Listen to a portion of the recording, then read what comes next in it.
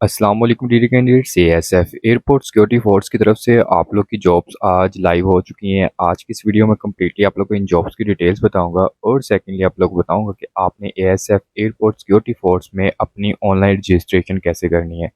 तो वैसे online registration करने का कंप्लीट तरीकाकार जानने के लिए सबसे पहले आना है आपको गूगल पर। फिर गूगल पे आने के बाद यहाँ पे आपको सर्च कर लेना है एक्सपर्ट जॉब्स 24। गाइस जैसे आप एक्सपर्ट जॉब्स 24 सर्च करेंगे आपके सामने जो पहली वेबसाइट आएगी वो ये वाली वेबसाइट है। जस्ट आपने इसके ऊपर क्लिक कर लेना है। क्लिक करने के बाद आप ऑफिशियली इस वेबसाइट पे आ जाएंगे। यहाँ पे आने के बाद जस्ट आपको थोड़ा सा स्क्रॉल करना है और यहाँ पे नंबर 1 पे how to apply ASF jobs airport security force jobs 2026 देखने को मिलेंगी। इसके ऊपर आप क्लिक कर लें। क्लिक करने के बाद आप ऑफिशियली इस पोस्ट में आ जाएंगे। यहाँ पे आने के बाद आपको थोड़ा सा स्क्रॉल करना है। यहाँ पे स्टार्टिंग में आपकी कुछ बेसिक इंस्ट्रक्शंस हैं। यहाँ पे मैं उससे गलत क्लिक हुआ है तो यहाँ पे हम वापस चलते हैं। यहाँ पे स्टार्टिंग में आपकी कुछ बेसिक इंस्ट्रक्शंस हैं एंड देन के नीचे है जी आप लोग के इंपॉर्टेंट पॉइंट्स। यहाँ पे पोस्ट नेम आपकी मल्टीपल हैं। जनरली इसमें मेल्स एंड फीमेल्स दोनों अप्लाई कर सकते हैं। डिपार्टमेंट आपका एएसएफ एयरपोर्ट सिक्योरिटी फोर्स है। एजुकेशन गाइज इसमें आपकी primary middle matric intermediate graduation required है। एज लिमिट गाइज इसमें आपकी 18 से 32 ईयर्स है। अप्लाई प्रोसीजर आप लोग का ऑनलाइन है। डोमिसाइल इसमें ओवरऑल पाकिस्तान के कैंडिडेट्स अप्लाई कर सकते हैं। ओवरऑल पाकिस्तान के कैंडिडेट्स एलिजिबल हैं। जॉब टाइप आप लोग की परमानेंट है। लास्ट डेट इसमें 8 दिसंबर 2025 है। ठीक है। फर्दर नीचे अगर अभी तक आपने व्हाट्सएप चैनल को फॉलो नहीं किया तो जस्ट क्लिक हेयर के ऊपर क्लिक करके व्हाट्सएप चैनल को फॉलो कर लें। फर्दर नीचे आप लोग की कुछ इंस्ट्रक्शंस हैं। इंस्ट्रक्शंस के बाद आपको नीचे एक ऑनलाइन अप्लाई की सर्विस देखने को मिलती है। अगर आप लोग को पोर्टल की हाउ नाउ है तो वेल एंड गुड, आप लोग खुद भी अप्लाई कर सकते हैं। अगर नहीं है या तो आप यहाँ से अप्लाई करवा सकते हैं या फिर किसी भी नेट कैफे चले जाएं या कहीं और से सर्विस ले लें, लेकिन कोई ऑथेंटिक बंदा होना चाहिए ताकि आपकी रजिस्ट्रेशन में किसी किस्म का कोई मसला ना हो। अगर आप लोग इंटरेस्टेड हो तो यहाँ पे आप लोग सर्विस ले सकते हैं। जस्ट आप व्हाट्सएप पे कॉन्टैक्ट करेंगे। 0310429297 कॉन्टैक्ट है। अब फर्दर नीचे हम चलते हैं, हम देखते हैं जी हमारी जॉब पोजीशंस जो अनाउंस हुई हैं वो कौन कौन सी हैं। अभी इसमें असिस्टेंट सब इंस्पेक्टर बीपीएस 11, उसके बाद आप लोग का कॉर्पोरल बीपीएस 7, कॉर्पोरल ड्राइवर है, असिस्टेंट है, स्टेनोटाइपिस्ट है, upper division clerk UDC, lower division clerk LDC BPS 11, draughtsman, religious teacher, lab attendant, medical attendant, nursing assistant, compounder और एम्प्टी ड्राइवर। ये टोटल हमारी 14 किस्म की वैकेंसीज इसमें एएसएफ में अनाउंस की गई हैं। फर्दर नीचे हम चलते हैं जी, ये हमारे सामने कुछ इंपॉर्टेंट क्वेश्चंस हैं जो कैंडिडेट्स को हर बार जो है फेस करना पड़ते हैं। अगर आपको सर्वर एरर आता है या 505 का एरर आता है तो आपने पोर्टल को टच नहीं करना, क्योंकि ये लोड की वजह से आपको ये एरर आता है। आप लेट नाइट ट्राई कर सकते हैं या फिर आप लोग कुछ दिन बाद ट्राई कर सकते हैं। पिक अपलोड ना हो या फिर प्रोफाइल पिक अपलोड ना हो तो ये आप लोग का साइज मेंटेन नहीं होता है, इसलिए ये आपकी पिक्चर अपलोड नहीं होती। डोमिसाइल नहीं बना हुआ तो बनना आप दे दें, लेकिन आप लोग रजिस्ट्रेशन कर लें अपनी या फिर रजिस्ट्रेशन करवा लें, आप लोग का अप्लाई हो जाएगा, क्योंकि ये डॉक्यूमेंट्स आप लोग के at the time of interview check होते हैं। सीएनआईसी अगर ऑलरेडी रजिस्टर्ड आ रहा है तो ये आपने एक बार अपना रजिस्टर्ड कर लिया। अगर एक चीज़ मैं आपको क्लियर कर दूं, अगर आपने पहले कभी भी एएसएफ में अप्लाई किया था तो इस बार भी आप करना चाह रहे हैं तो इस बार वो बच्चे अगेन से खुद को रजिस्टर करेंगे। वो पहले वाला सारा डाटा एएसएफ खत्म कर देता है। उसके बाद आप लोग का पहला टेस्ट कौन सा होगा? फिजिकल टेस्ट होता है। 2 या 3 पोस्ट के लिए अप्लाई कर सकते हैं, बिल्कुल कर सकते हैं। चलान फी है या नहीं है? बिल्कुल चलान फी नहीं है। उसके बाद यहाँ पे नीचे जी आप लोग का अप्लाई का पोर्शन देखने से पहले ये नीचे हमारा एडवर्टाइजमेंट है। एडवर्टाइजमेंट में वो भी वही सेम चीज़ें हैं जो कि मैंने आप लोग को ऑलरेडी बता दी हैं। अगर आप लोग अपनी एजुकेशन या बाकी चीज़ें चेक करना चाहें तो वो डेफिनेटली आप लोग कर सकते हैं।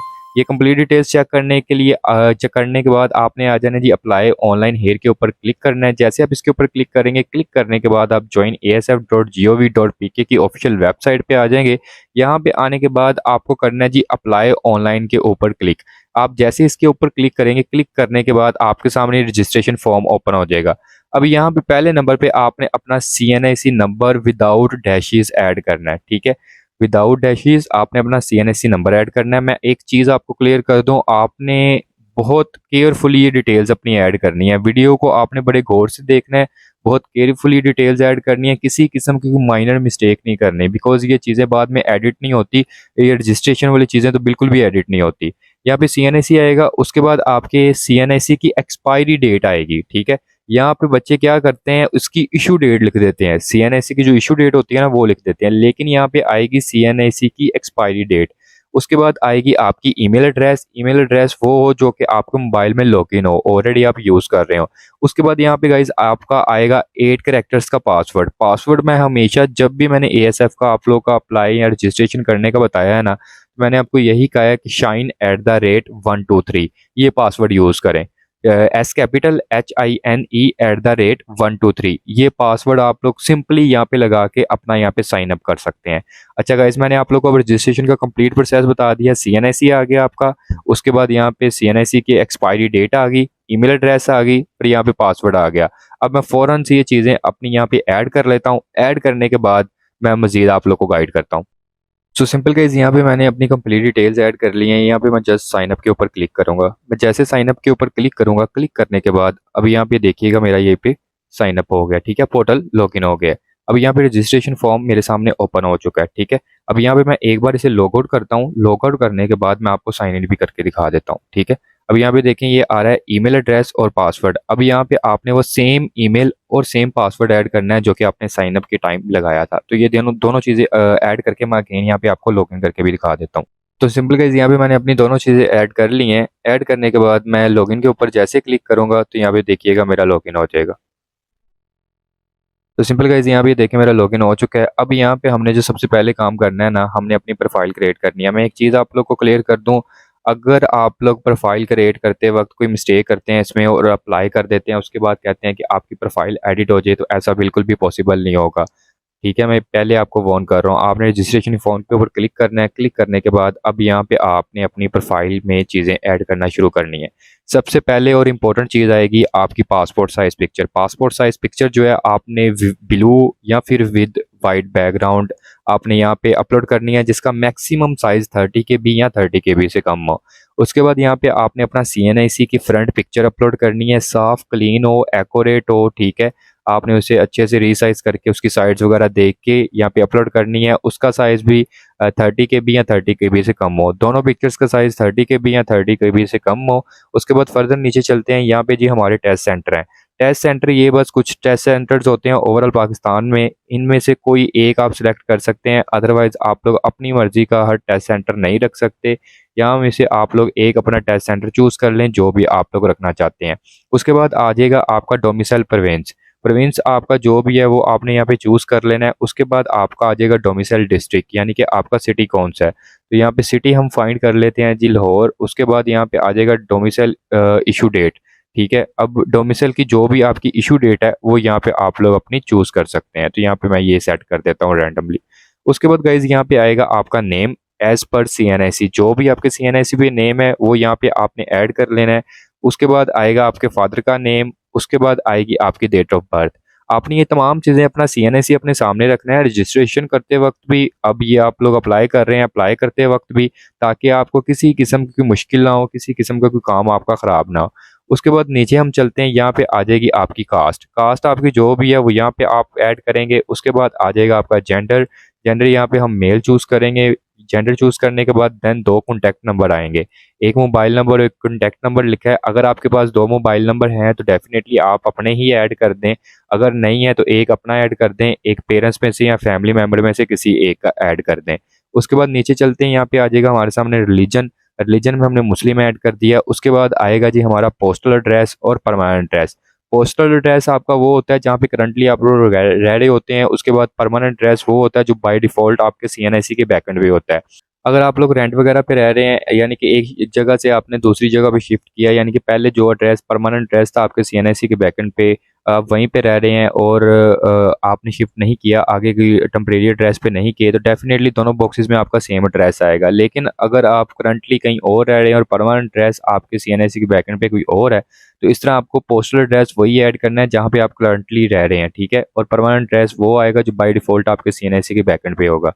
उसके बाद नीचे है जी आप लोग की एज रिलैक्सेशन। अगर आप लोग इस कैटेगरी में कहीं फॉल करते हैं तो वेल एंड गुड, अदरवाइज आप लोग करेंगे एज रिलैक्सेशन नॉट क्लेम के ऊपर क्लिक। उसके बाद यहाँ पे वो पूछ रहा है do you possess disability certificate. अगर तो आप डिसेबल हैं तो यस करेंगे, अदरवाइज नो करेंगे। डिसेबल वो लोग होते हैं जो मजदूर होते हैं या जिनका हाथ पैर या बाजू वगैरह इस तरह का कोई मसला होता है, तो यहाँ पे यस करेंगे, अदरवाइज आप यस नहीं करेंगे। ड्राइविंग लाइसेंस अगर है तो यस कर लें, अदरवाइज नो के ऊपर क्लिक कर दें। नो के ऊपर क्लिक करने के बाद यहाँ पे आप अपडेट करेंगे। अभी मैंने यहाँ पे अपनी इन्फॉर्मेशन वाइंड अप नहीं की, तो मैं जल्दी से अपनी कंप्लीट इन्फॉर्मेशन वाइंड अप करके मैं मजीद आप लोग को गाइड करता हूँ और ये अपडेट करके दिखाता हूँ फर्दर हमारे सामने क्या आता है। लें जी गाइस, यहाँ पे मैं ऊपर अपनी कंप्लीट डिटेल्स फाइंड अप कर आया हूँ। कंप्लीट डिटेल्स मैंने फिलअप कर ली हैं। अब जस्ट यहाँ पे मैं अपडेट के ऊपर क्लिक करूंगा। जैसे मैं अपडेट के ऊपर क्लिक करूंगा, क्लिक करने के बाद यहाँ पे देखें ग्रीन पट्टी आ गई है और कह रहा है जी पर्सनल इन्फॉर्मेशन सेव्ड सक्सेसफुली। अब सिर्फ रह गया मेरी एकेडमिक इन्फॉर्मेशन, ठीक है, वो अब जल्दी से देख लेते हैं। अभी जैसे मैं स्क्रॉल करके नीचे आया हूँ, नीचे आने के बाद यहाँ पे आ गया जी हमारी एकेडमिक इन्फॉर्मेशन। यहाँ पे हमने जो है अपनी हाईएस्ट डिग्री ऐड करनी है। आपने सिर्फ एक डिग्री ऐड करनी है, वो लास्ट डिग्री होगी आपकी। अगर आपने ग्रेजुएशन किया हुआ है ना, तो जस्ट यहाँ पे आप ग्रेजुएशन की डिग्री ऐड करेंगे।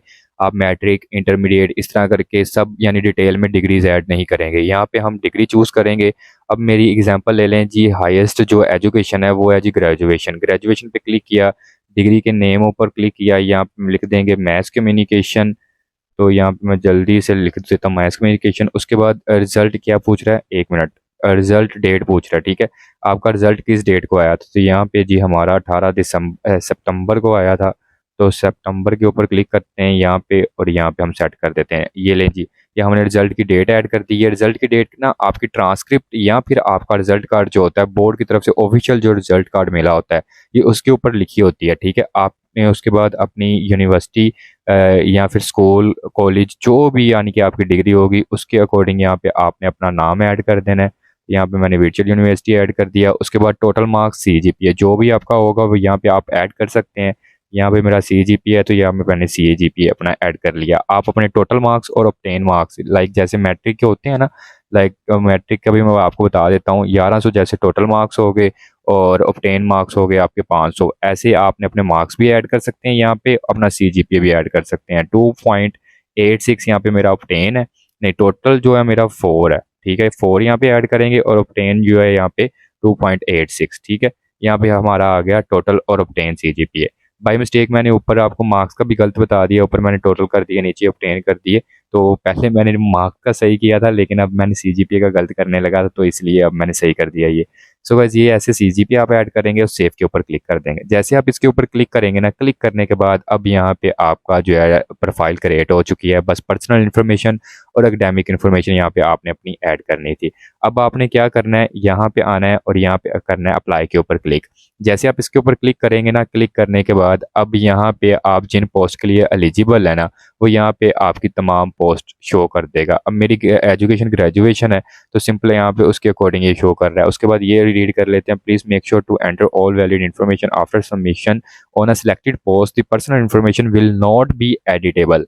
तो मैं आपको एक चीज़ क्लियर कर दूं, आपने अप्लाई करने से पहले अपनी कंप्लीट जो पर्सनल इन्फॉर्मेशन और एकेडमिक इन्फॉर्मेशन होगी उसे एक बार अच्छे से वेरीफाई कर लेना है, बिकॉज बाद में ये आप लोग की एडिट नहीं होगी। अब मैं यहाँ पे करता हूँ जी इन 3 पोस्ट के लिए अप्लाई। आप लोग चाहें तो 5 के लिए भी कर सकते हैं, लेकिन मैं 3 के लिए करता हूँ। अगर आप चाहें तो 1 के लिए भी कर सकते हैं। जितनी भी पोस्ट के लिए आप अप्लाई करना चाहें उन्हें सिलेक्ट कर लें। सिलेक्ट करने के बाद अप्लाई के ऊपर क्लिक कर दें, ठीक है। उसके बाद यहाँ पे आपकी DP और ये चीज़ें शो करेगा और ये सारी पर्सनल डिटेल्स आपकी इसमें जो है शो कर देगा। आपने यहाँ पे नीचे आना है और एग्री के ऊपर क्लिक करके और यहाँ पे नीचे अप्लाई के ऊपर क्लिक कर देना है। जैसे आप इसके ऊपर क्लिक करेंगे, क्लिक करने के बाद आपका लिखा आएगा अप्लाइड सक्सेसफुली और यहाँ पे आपका डैशबोर्ड में अप्लाई लिखा आएगा नंबर ऑफ पोस्ट अप्लाइड 3, ठीक है। और यहाँ पे नीचे ये अप्लाइड पोस्ट की डिटेल्स आएगी। असिस्टेंट सब इंस्पेक्टर 11 है, कॉर्पोरल है और असिस्टेंट है। अगर आप लोग मजीद और भी पोस्ट के लिए अप्लाई करना चाहें, यहाँ पे अप्लाई के ऊपर अगेन आए। अगेन आने के बाद यहाँ से आप लोग अगेन इनमें से और भी पोस्ट के लिए अप्लाई कर सकते हैं। लाइक अगर मैं करना चाह रहा हूँ इन दोनों के लिए तो यहाँ से मैं अप्लाई के ऊपर क्लिक करके अगेन इनके लिए भी अप्लाई कर सकता हूँ। सो गाइज, ये थी आज मेरी छोटी सी video ASF airport security force के ऊपर। अब हम चलते हैं वापस एक्सपर्ट जॉब्स 24 के ऊपर। यहाँ पे जाके मैं आपको एक चीज़ क्लियर कर दूँ, अगर आप लोग अपनी ऑनलाइन रजिस्ट्रेशन करवाना चाह रहे हैं तो सिंपल आप लोग गिवन नंबर पे कांटेक्ट कर सकते हैं। यहाँ पे कांटेक्ट की डिटेल्स मौजूद हैं 0310429297। यहाँ पे आप लोग कांटेक्ट करके हमसे अपना ऑनलाइन अप्लाई करवा सकते हैं। अगेन रिपीट कर देता हूँ, कांटेक्ट 0310429297। आप लोग अगर इंटरेस्टेड हो तो डेफिनेटली आप लोग कॉन्टैक्ट कर सकते हैं। सो गाइस ये थी आज की मेरी छोटी सी video ASF airport security force के ऊपर। अगर आप लोग का फिर भी कोई इस रिलेटेड क्वेश्चन हो, क्यूरी हो, आप कमेंट बॉक्स में कमेंट करके पूछ सकते हैं। अगर आप लोग एएसएफ के रिटन टेस्ट की प्रिपरेशन करना चाह रहे हैं तो यहाँ पे अकेडमी हमारी ज्वाइन कर सकते हैं। पीएसजी की अकेडमी है, कॉन्टैक्ट यहाँ पे मौजूद है 0336748385। आप लोग कॉन्टैक्ट करके ज्वाइन कर सकते हैं। माइनर सी फीस है 4-5 हज़ार। आजकल हम जो है अपना बर्गर यहाँ पे शोज वगैरह पे लगा देते हैं। आप लोग अकेडमी ज्वाइन करके अपनी अच्छे से प्रिपरेशन कर सकते हैं। So guys don't forget like, subscribe and share. अल्लाह हाफिज। I meet with you in next video.